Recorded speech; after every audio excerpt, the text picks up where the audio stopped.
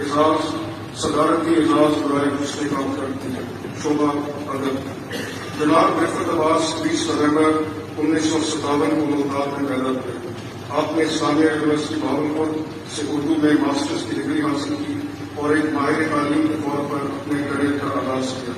آپ اپنے جدت پسند خیالات اور شاعرانہ اوصاف کے تخلیق کے استعمال کی وجہ سے سرائکی بولنے والوں میں انتہائی مقبول ہیں.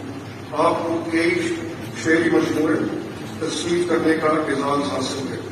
شاعری کے علاوہ آپ نے سال 2020 میں بطور مصنف ایک سرائکی ناول بھی شائع کیا جو سرائکی ادب میں ایک قابل ذکر اضافہ سمجھا جاتا ہے. آپ کی 3 کتابوں بوندے بھون تھے، عشق اللہ سائن جاگیا اور عین رنگ کے اندر کو اکادمی ادبیات پاکستان کی جانب سے بالترتیب سال 1995، سال 2005 اور سال 2016 کے لیے بہترین کتاب کے طور پر خواجہ غلام فرید قومی ادبی ایوارڈ عطا کیا ہے.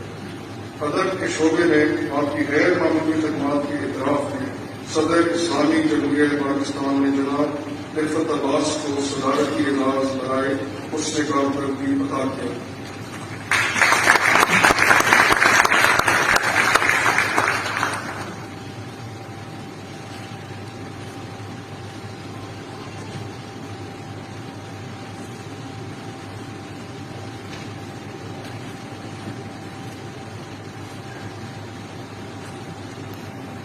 محترم گورنر صاحب، آپ کی اجازت کو تمغہ